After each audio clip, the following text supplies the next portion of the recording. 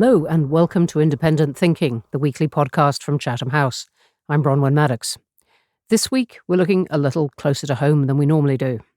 Very little is certain in the world right now, but we do know that the UK has a general election coming up by the end of January at the latest, but very possibly in the autumn. And whoever wins, and the polls emphatically and consistently suggest it will be Labour and Keir Starmer, they face serious challenges in foreign policy. There are wars in Gaza and Ukraine which have focused attention on the need for defence, diplomacy and alliances. And that is particularly true when it comes to security in Europe. Yet 4 years after Brexit, the UK is still working out what its relationship with the EU should look like. And of course, the US has its own election coming in November. The world is watching to see whether it will choose a second Donald Trump presidency. Those observers include the UK, which has for so long, perhaps too long, some might say, based much of its foreign policy on what has been called a special relationship. But very little remains predictable, including the calculations of today's other great power, China, increasingly assertive and a country that needs to be in the room for discussions about wars and conflict and also climate change. So whoever is next in Downing Street will have a lot to do and not many resources to address these issues with. We at Chatham House have looked into all this, and today I and the director of our UK in the World programme, Olivia O'Sullivan, are publishing a paper making the case for what we call realistic ambition when it comes to the next government's foreign policy. We've set out what we think the priorities should be, very briefly, get the key relationships right, make use of the UK's influence in this very complex world, and spend more. Olivia is here with me, along with two other excellent guests to discuss all this. Joining us back on the podcast this week is Shashank Joshi, the defence editor for The Economist. Welcome back. Hello, Bronwen. Hi, Olivia. Thank you very much for having me back on. Really great to have you. And we're joined from Hamburg as well by the historian and commentator Dr. Helene von Bismarck, who's also Senior Associate Fellow at the Royal United Services Institute. Welcome. Thank you for having me. Hello. Really great to have you. And so that I introduce her properly, also here, as I said, is the director of our UK and the World programme and my co-author on this report, Olivia O'Sullivan. Thanks very much for having me. It feels odd to say welcome to you. wait. We're sitting here in the studio today together and have been working very closely together on this. But congratulations on getting this report out. Let's start, all of us, at looking at what the next UK Prime Minister will be dealing with. And Olivia, I wonder if you can start in just talking about the inheritance that Prime Minister will get. Well, they're going to have quite a difficult inheritance on a number of fronts. On the fiscal situation, UK public sector net debt is very high, but so are interest rates, forecast growth is low. There's very little room for a government that will be struggling with the UK's domestic problems, its faltering public services, its long-run productivity problems, to be thinking about international policy, and yet they will almost certainly need to.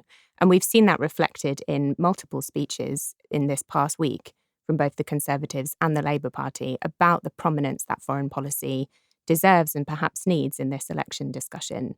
It's possible if the election is in autumn that whoever wins the next election will walk into 10 Downing Street potentially weeks before or after a US election that might see a second Trump term, which raises questions about the US's long-term role in European security. And the UK itself still has long-running questions about its relationships with Europe. Those are two fundamental questions of UK post-war strategy, two fundamental relationships, and they are being or have been rewritten in the past few years. Brilliant. That really says much to do, not very much money. Helene, I appreciate you can't speak for every country, but from where you're sitting, where do you think the reputation of the UK is internationally? Well, I'll start on a positive note and say that I think that much has been done to redeem Britain's reputation over the last 2 years since the Russian invasion of Ukraine, when Britain stepped up very quickly to support Ukraine. And I think there has been a process of slowly, carefully repairing the relationship with less the EU as an institution, but more the European member states of the European Union over the last 2 years. So the trend is positive, shall we say, from a European perspective. That said, I have to be very clear that it started from a very low point in the relationship. I think that consistently over the last few years on the British side, it has been underestimated just how much damage has been done to Britain's reputation, not so much because of leaving the European Union, but because of the political instability which followed the Brexit referendum, the change in the parliamentary turmoil, the change in prime ministers. And at the same time, there's also been, I'm afraid to say, there has been a real chasm between the values Britain tries to defend internationally, the international rules-based order and liberal democracy, standing up for democracy, but also the way things have been discussed at home. And I would only point to threats to threaten international law and toying with the idea of leaving the European Convention of Human Rights, which, as we recall, the only country that's done that is Putin's Russia. So there has been this real, quite glaring contradiction. This was all in the debate about migration and the Rwanda policy and so on. Yes, the contradiction between the values Britain tries to defend internationally, such as democracy and the international rules-based order, and the way policy is being conducted at home, is most apparent in the discourse about immigration and the Rwanda policy. But earlier than that, it was very visible at the time when the internal market bill was proposed in 2020. And the Minister of the Crown stood in the House of Commons and said, this law that we're proposing is going to break international law in limited and specific ways. I would say that this moment was the low point in the relationship with most of Europe and a really bad day for Britain's international reputation. And beyond Europe, the world's television cameras were all squeezed onto that tiny patch of grass outside the Houses of Parliament. We were all watching Parliament TV, that's for certain. It was amazingly compelling worldwide. Shashank, the Prime Minister, Rishi Sunak, gave a speech this week, which was big on security, one of the areas you specialise in. And he said, and he repeated this point, that the UK is going to increase defence spending to 2.5% of GDP by 2030. So that's going to be 87 billion a year by the end of the decade. Did you find this persuasive, both that the UK, as he described it, could play a big part in this and that he was putting enough money behind it?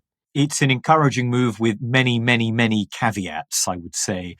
And a bit of context is necessary.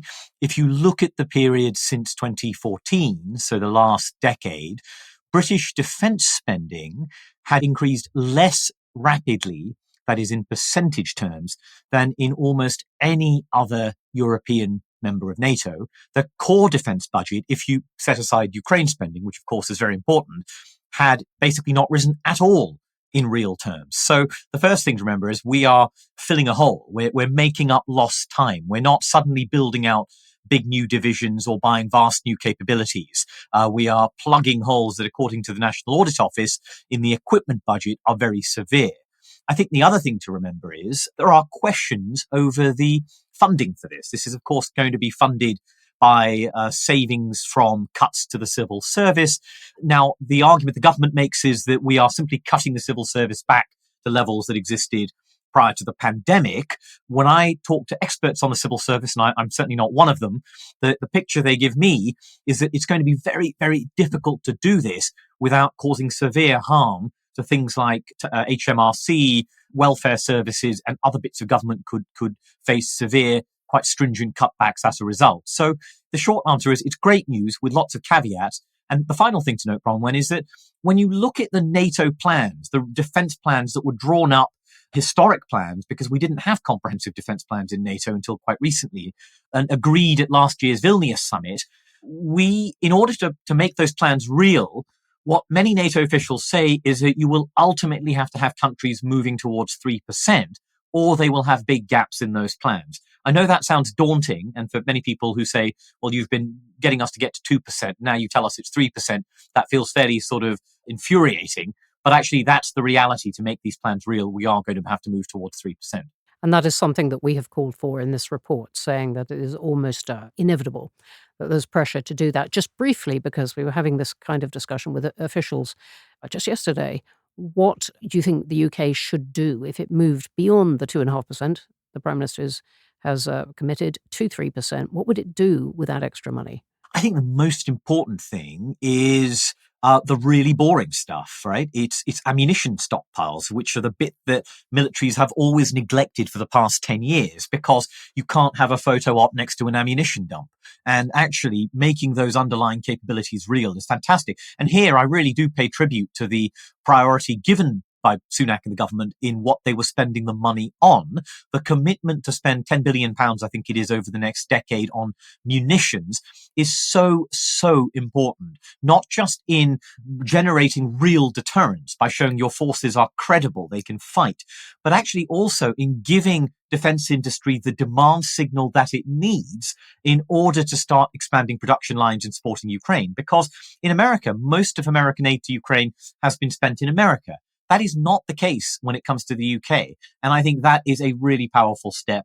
There are many other things I could recommend, but really munitions and enablers are one of them. Those are great for the start, and thanks for taking us right into that point of detail, because it takes me to my next point.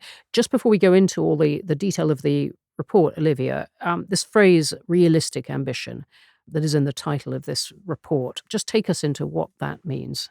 I think what we've tried to get across in the report is that there's always an awful lot of debate about the UK's role in the world. People are always quoting lost an empire, can't find a role. People are always sort of measuring out degrees of decline. It seems to be, I'm sure other countries, and I'd be interested in Helene's view of this, I'm sure other countries do some of this too and have some of these concerns. But it feels like we sometimes spend a lot of time debating what kind of power we are without necessarily focusing in on what can we do with the international assets that we do have. And Brexit has probably intensified that to some degree because there has been a lot of scrutiny on what it means for the UK's place. And arguably, there has been a bit of a lack of strategic underpinning to the UK's foreign policy.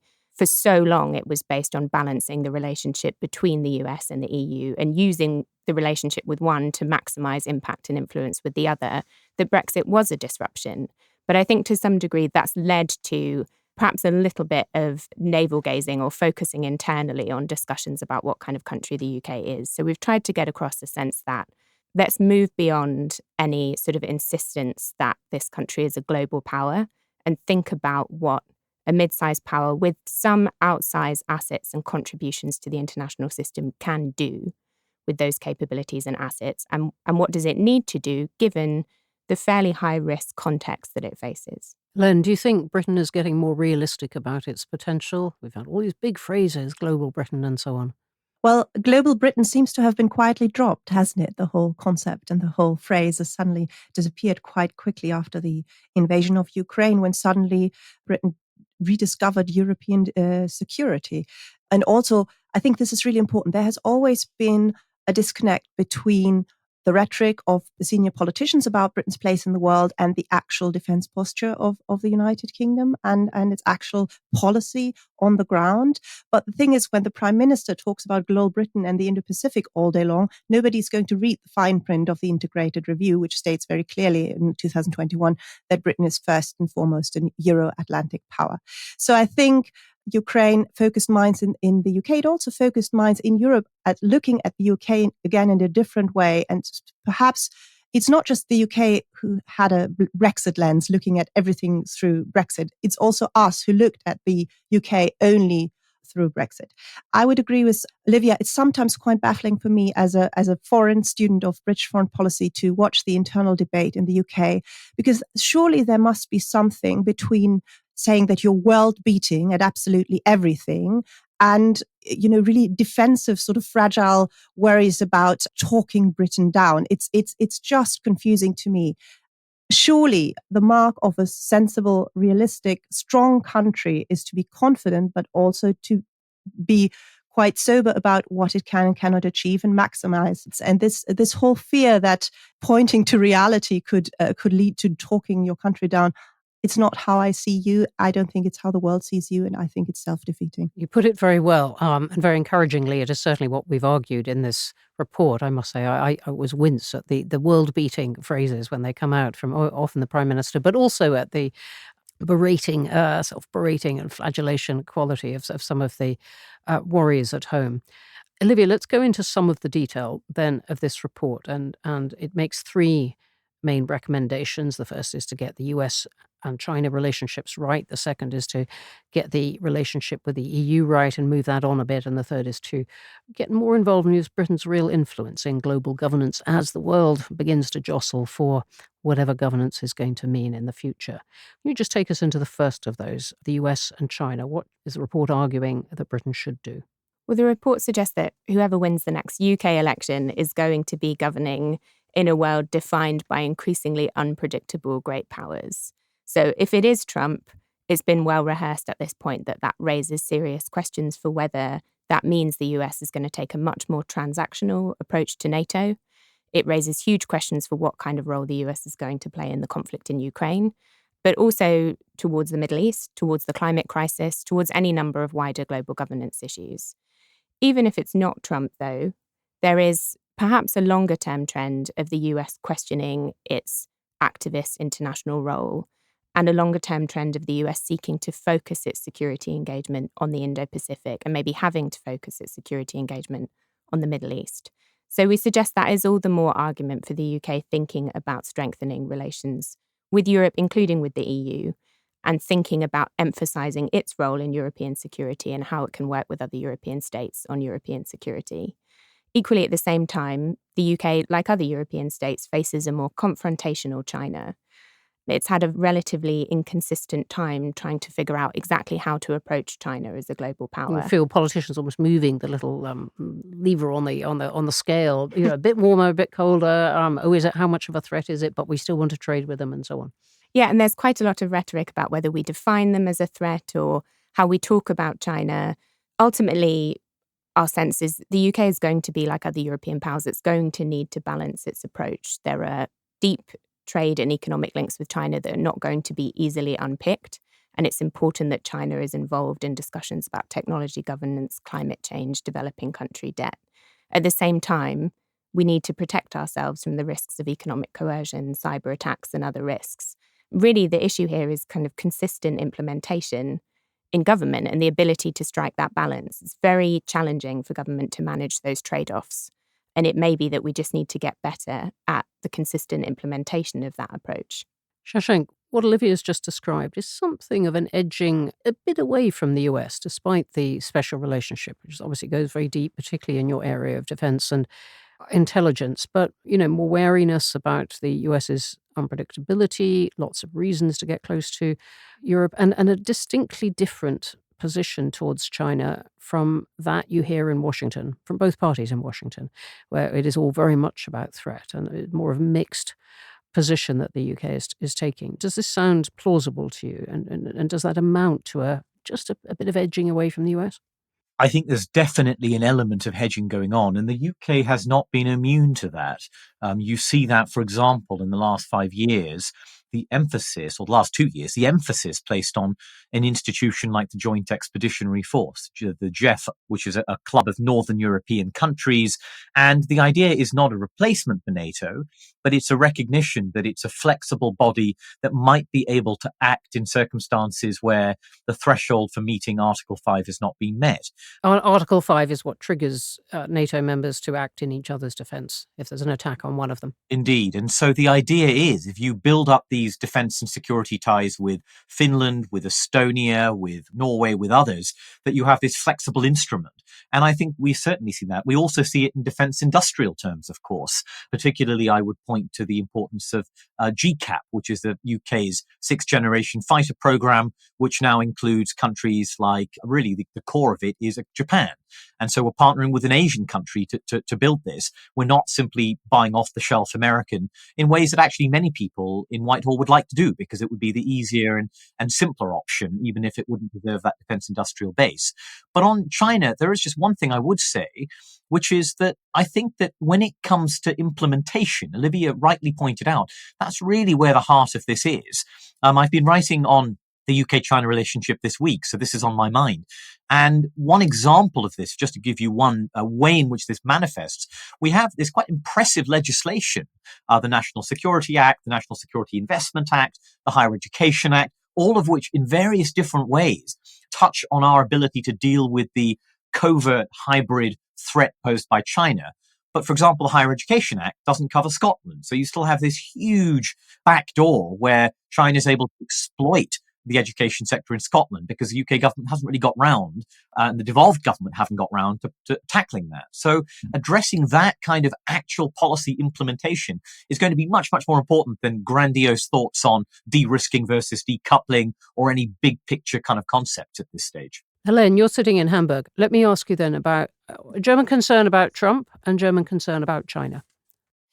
Well, I think that what may happen in the United States later this year causes great concern in Berlin and all over Europe, really.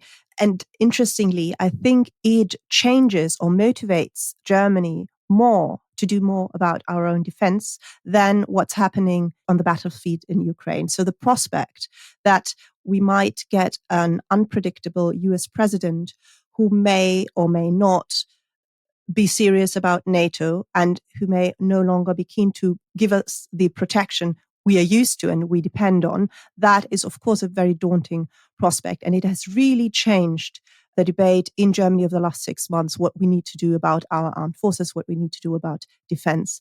At the same time, it has also changed, I should say, it has renewed interest in the United Kingdom as a significant security player in Europe. So I think the prospect of a Trump presidency automatically puts Britain and much of the EU in the same really quite leaky boat. But at the same time, I think it's also important to remember that even if Biden comes in, it is clear that the US Congress is less keen to spend endless money on European defense and that the focus in Washington is very much on China. I think this is also hopefully beginning to be realized in Berlin. No matter who wins, we need to do more on our own defense and we need to work together. But I think there's also in some quarters still be some kind of wishful thinking. If Biden wins, then we can just go on as we were. But of course, hope is not a strategy. I don't think this is a very wise course of action. When it comes to China, leaving aside the specifics of Germany's China policy, which are quite intricate, but I would say that intricate and anguished. Yes. Other countries are looking on to see what on earth comes out of this. There is obviously the economic question of our economic dependence on China. Germany was pretty much, the first European country to get seriously invested in there, just as China started to open up. So I think there are those who argue that following the fallout of the Russian invasion of Ukraine, also the economic fallout in Germany and our energy policy, which had to be changed drastically, basically overnight, because let's face it, our energy policy and our Russia policy has been a complete and utter failure for 20 years. Now to ask German companies to also reduce their business with China is, from a business perspective, obviously not what they want. At the same time, it is impossible to overlook the threat that China poses possibly to many countries in the Indo-Pacific, but more, and also the potential of conflict between the US and China. So it's a difficult position, and I don't think there is at the moment a very unified European policy towards China. And I think that Germany is angering quite a few of our European allies by, in their eyes, being too soft on China. It's really interesting the way you put it. I've heard a lot of German companies say to me, look, okay, Russia we can cope with cutting off, but not China as well. Well, exactly. That's the argument, but that's the economics, but the geopolitics. And yet we're talking in a week when tension is rising actually over the Philippines, and not so much Taiwan, but following China's maneuvers. So Helene's been talking about how Ukraine in a way has given the UK something of an open door to a better relationship with the European Union because of the clarity of the stance it's taken there. Olivia, I wonder if you could just take us into your second main point about the practical ways in which the next UK Prime Minister could, if that person wanted, get closer to the European Union. Thank you. Well, I'm very much picking up on themes Helene raised there. The prospect of a second Trump term, but in general, this broader landscape of very difficult geopolitical risks sort of makes the case for stronger UK-EU relations on geopolitics, security and defence. And the way we've put this forward in the paper is that what is the terrain on which a new government could strengthen those relationships while very much respecting the balance of public opinion at home? It's not an argument for rejoining or for ignoring the sort of very long history of the UK's difficult back and forth about membership of the European Union. It's about how can we rethink that relationship to address shared security and geopolitical concerns. There is some terrain on which, on the sort of trade and economic links between the UK and EU, more could be done. So we particularly talk about cooperation on climate and energy security and reducing some of the divergences that are unhelpful given the UK and EU's sort of shared goals on climate, particularly the divergence of their prospective carbon border taxes and emissions trading schemes. On security and defence, there are certainly options, and the UK's opposition Labour Party has talked about more regular consultation on foreign policy with the EU. But it does start to get difficult because some of the EU's more recent initiatives on defence are very focused on the issue Shashank raised about gaps in defence industrial capacity and defence industrial production, things like the European Defence Fund, the European Defence Industrial Programme. But necessarily, perhaps from an EU perspective, those initiatives tend to exclude third country and third country industries. So it does become difficult to think about how can the UK, which has a security offer and security assets that arguably other European states need to coordinate with, work well with some of these new kind of EU initiatives on defence and security. Shashank, do you think there's an opportunity there for Britain? And it's something that Labour has been very keen to say of, look, we'll find ways to be closer to Europe. No, we're not going to renegotiate the whole treaty in any way that you wouldn't want to, but we'll find some ways. I sometimes think back to the summer of 2018 when Theresa May, remember her, was discussing some of these issues with the EU and actually proposed a UK-EU security partnership, which was surprisingly broad and deep. And it's the sort of thing that completely blew up in the tumultuous months and years that followed. But I think it shows us that there are possibilities on the table. And a lot of that was about quite contentious internal security issues that would have run into questions around law, governance, and quite thorny stuff for either of the main parties today to cover around cyber activity, criminal activity, organized crime, all of these other things. On defense, I think Olivia is absolutely right to point out that the focus on defense industry is very hard because the EU wants a sovereign defense industrial base. And if you look at the EU's defence industry strategy published about 2 months ago, it sets out some quite remarkable targets on what it wants to procure inside the bloc, which would have grave implications for UK and American companies. But I think it is worth stating clearly, not everyone agrees. When you talk to many European countries and many arms companies within Europe, they know they rely heavily on supply chains from the UK, from the US, and they're very wary of having those locked out. And I think the final thing to say is that there's still a range of areas around things like the PESCO projects. These were a set of European defence initiatives agreed many years ago where third countries have joined. And indeed, the UK, for example, joined alongside America, joined a military mobility project under PESCO, but there are others that could be joined. Yes, there are legal and regulatory hurdles to work out. I absolutely don't think they are insurmountable. And ultimately, if we are looking at the most grave situations of American retrenchment from Europe, if we don't really find a way to cooperate on this, we will not have the resources on a continental scale to be able to resist Russian military power in the next 5 years.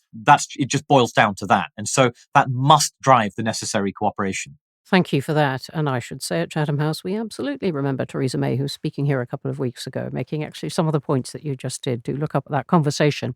So let's turn to our third and final point, which is really about how the UK can play a role in what we call global governance, which is a ponderous term, meaning, what kind of order is there going to be in the world, if any? And which bits of the post-Second World War settlement are going to survive? And is there a way of bringing countries who feel they were left out of that more into the rules and institutions that sort of govern the world and make it a bit more stable? But I want to ask all of you about migration, which is the biggest difference, it seems to me, in foreign policy between the Conservatives and Labour. Conservatives now on the Rwanda policy, Labour saying they get rid of that immediately.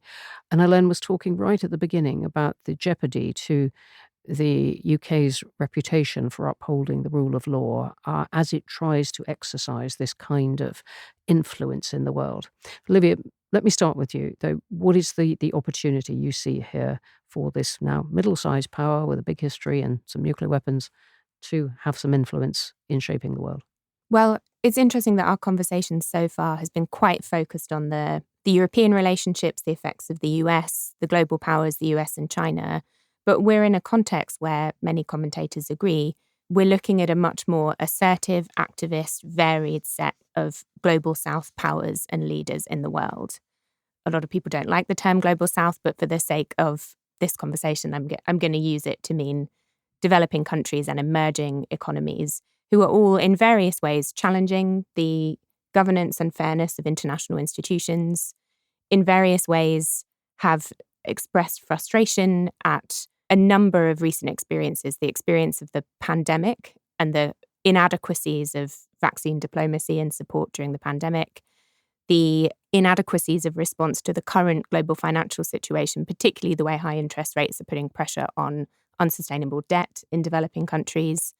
There's various ways in which the sort of already quite fragile sense of a kind of global community or a set of institutions that govern the global economy and address problems like climate and extreme poverty are becoming more fractured. The UK is not on its own going to sort of solve those problems, but we do raise the point that it has assets, influence, it has a history of being influential in that international system, and there are issues on which it has credibility on which it could act, particularly climate and climate transition, which will shape not just the world, but also the distribution of geopolitical power, because it will change fundamentally where we're seeking resources. Particularly as well, development, where the UK has had a strong track record, has had a track record of spending a consistent amount, 0.7% of gross national income on overseas development aid. But it's had a few years where it has been very inconsistent as an actor in that space, particularly because that budget has been cut, but it's also been cut quite precipitously. And arguably, the UK has kind of lacked, although it has really recovered some sense of its focus and strategic goals since the development white paper was published just at the end of last year, refocusing the UK on its areas of traditional strength, extreme poverty, climate and debt. But there's some way to go to exert the influence that the UK has had in the past in that area. Thanks for that. And Helene, can I bring you in here? And just on this question of migration, which fascinates me about what European countries are making of the UK's policy, but we're speaking at a time just coming up to the European elections where there's a lot of talk about whether that will show a rightward shift in many countries, partly because of concerns about migration. Well, I wouldn't say that migration is the only reason for this rightward shift, to be very clear. I think this is a very British way of looking at this, I'm sorry to say. But I would agree that, the tone against immigrants is hardening all over Europe. You could say all over the Western world or liberal. You can absolutely include the US in that. In ways which really sort of challenge some of our most fundamental values. The question is still how you deal with it and how far you are proposed to really, get rid of those values, like you're currently doing with your Rwanda policy. Looking at the Middle East and also Africa, what I found interesting about your paper, you make a case for greater engagement and greater interest in use of resources in what you, I think, call the edge of the periphery of Britain's neighborhood, which is the Mediterranean and the Middle East. And there has been a shift away from that, both in terms of attention and also in terms of spending in recent years. And looking at what's happening in the Middle East right now, this is arguably a mistake. And also, these countries are the countries where the migration, which we are all faced with all over Europe, but also the United Kingdom, comes from. So this is a very strong argument, I think, to become more interested in this area. I would also say I agree that both development and climate diplomacy are two classical strengths of the United Kingdom, and it makes sense to play to your strengths. There has been quite brutal cuts to both recently, and there's also been this contradiction between saying that you're a soft power superpower while you defund the BBC World Service and cut funds to the British Council. I was in a conversation with a China expert about Africa a few months ago, and what I found really interesting is that she said, stop, values are good, but at the end of the day, what China has is money. This isn't just about being less hypocritical or making a better case that your values are the right ones. This is about making a better offer to certain countries of the global middle ground. So I just bear in mind that the West, or Britain and Germany, many of us are often accused of hypocrisy, and with reason. But let's not pretend that countries like India or Saudi Arabia don't have hypocrisies of their own. And they are, at the end of the day, they're going to take the best offer on the table. And I think it suits their interest to sit on the fence on certain global questions, particularly when it comes to a competition between the US and China. Thank you for an enormous eloquence there of just bringing all these themes together, really, that we have been talking about and talk a lot about at Chatham House. And so you bring us in a way back to the beginning. Shashank, what do you make of this? Soft power, superpower, or has no money, can't make a good offer? Well, of course, as your report does, it's just incredibly important to avoid these extremes. And if I can just give one example of this, which may be missed, but is an illustration of when these diplomatic levels are very important, yet you don't need to be sort of shouting it from the rooftops. It's the UK's role in the Northern Front in Israel, in Lebanon. And the strenuous efforts by British armed forces, by military, by British civilian diplomats to try to diffuse a ticking bomb on the Israel-Lebanon border, to try and push Hezbollah back away from the border above the Litani River in order to buy Israel the security it needs to avoid initiating a war against Hezbollah that many fear is still very possible. And British diplomats, of course, alongside Americans, alongside French diplomats, have been incredibly busy over the last 6 months trying to do just that. It doesn't mean we are the sole country doing it. It doesn't mean we're going to fix it single-handedly. But I think we are making a really significant contribution, and we'd be missed if we weren't there. And, it's those small things I think we have to remember when assessing what's possible, what's desirable, and what needs to be prioritized in the future. Thank you for bringing us back perfectly to that point of realistic ambition. Soft power, middle power, maybe. We're going to have to leave it there. The subject obviously does not end. And in fact, we're rushing off to do the launch of the report with Lord Peter Ricketts, who used to be head of the UK's diplomatic service, and Philip Stevens, a widely respected commentator and writer, particularly for the FT. Big thank you to my guests, Olivia O'Sullivan, Helene von Bismarck, Shashank Joshi. Do follow them all on X. Their details are in the show notes. And if you'd like to know more about our work on the UK and foreign policy, and this paper in particular, do look at chathamhouse.org. The papers there and this launch event I was just referring to will be there very soon as well. Here at Chatham House, we're also looking ahead to our cyber conference coming in June, a day of discussion about some of the issues we've touched on today, and much more, including the role of AI. And again, all that is on chathamhouse.org, as are the details increasingly of our annual London conference on June the 20th. You can find all of our podcasts on Apple, Spotify, or major platforms, as well as through our social media. So please do like, follow, subscribe, and leave us a review, particularly of this one, I might say. For now, goodbye from me, Bronwen Maddox. See you next week.